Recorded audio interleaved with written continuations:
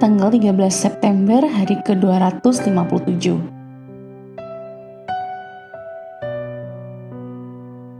Bacaan Yunus pasal 1-4.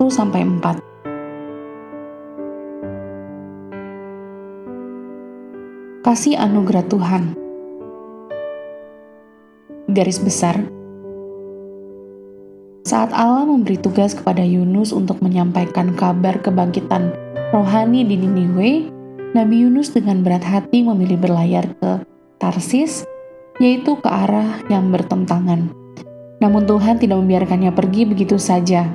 Ia memanfaatkan angin kencang dan seekor ikan lapar untuk mengembalikan Yunus ke pantai Niniwe, sehingga Yunus siap mengikuti petunjuknya.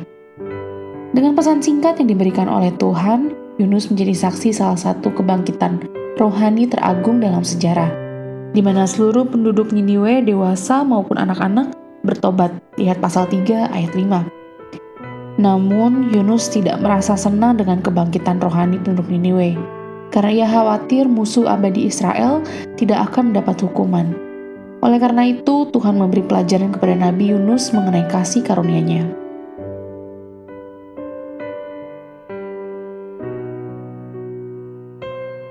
Renungan harian. Tuhan mempunyai cara unik dalam menyediakan kesempatan emas bagi umatnya, meskipun kadang tampak mustahil. Lihatlah cerita Yunus. Dalam waktu singkat, Yunus yang diperintahkan oleh Tuhan untuk menyampaikan pesan kepada musuh bebuyutan Israel, memilih untuk melarikan diri. Namun dengan intervensi Tuhan, Yunus akhirnya diarahkan ke Niniwe dan dengan berat hati menyampaikan pesan pertobatan. Sekali lagi, Tuhan bekerja dengan cara yang tak terduga dan menghadirkan kebangkitan rohani di seluruh kota. Namun, alih-alih merasa bersyukur, Yunus justru menarik diri dan memprotes kepada Tuhan. Apakah Anda siap menghadapi misi sulit hari ini? Adakah perubahan dalam agenda Anda? Gangguan yang tak terduga? Kesempatan yang tampak sebagai hambatan? Hari ini, saat sesuatu yang tak terduga terjadi, dan pasti akan terjadi, jangan panik. Sebaliknya, carilah peluang yang Tuhan sediakan untuk Anda dan manfaatkanlah. Biarlah melalui Anda, orang lain merasakan kasih Tuhan.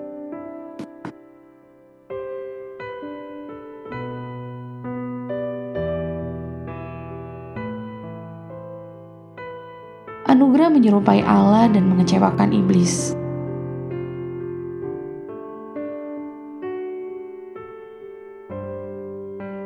Pendalaman.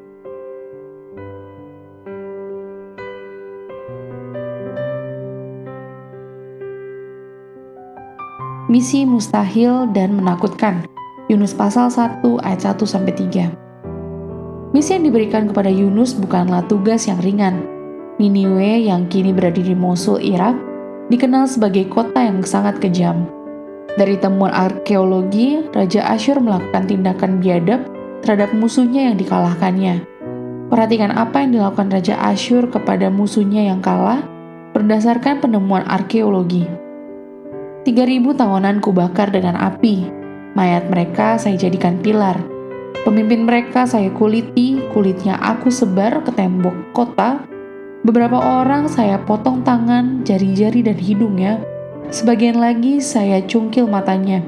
Saya bentuk pilar dari kepala mereka menjadi gerbang kota dan 700 orang saya tusuk pada bokongnya. Mungkinkah Anda ingin mengunjungi tempat semacam itu?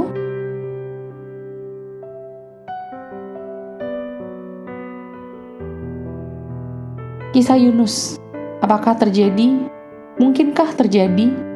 Yunus pasal 1 ayat 17.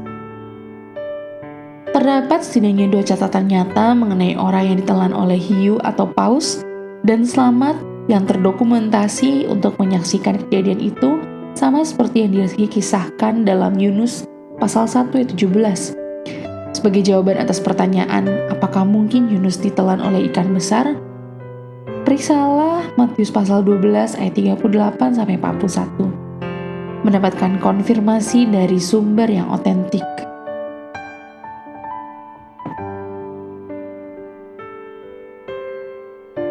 Penghakiman, pembebasan, atau keduanya. Yunus pasal 2 ayat 10. Kebanyakan dari kita mungkin menganggap 3 hari dalam perut ikan sebagai hukuman. Yunus pun menyadari bahwa ketidakpatuhannya yang membawanya ke situasi tersebut. Namun ia juga berdoa dengan keyakinan bahwa Tuhan mengirim ikan tersebut sebagai penyelamatnya dari laut. Lihat pasal 2 ayat 1-10.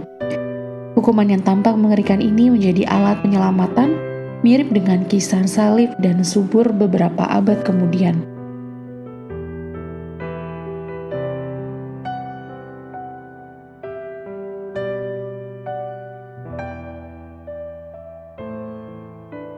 Demikian renungan hari ini. Jika Anda ingin mendengarkan bacaan Alkitab hari ini, silakan buka tautan video yang tersedia di layar Anda. Amin. Tuhan Yesus memberkati.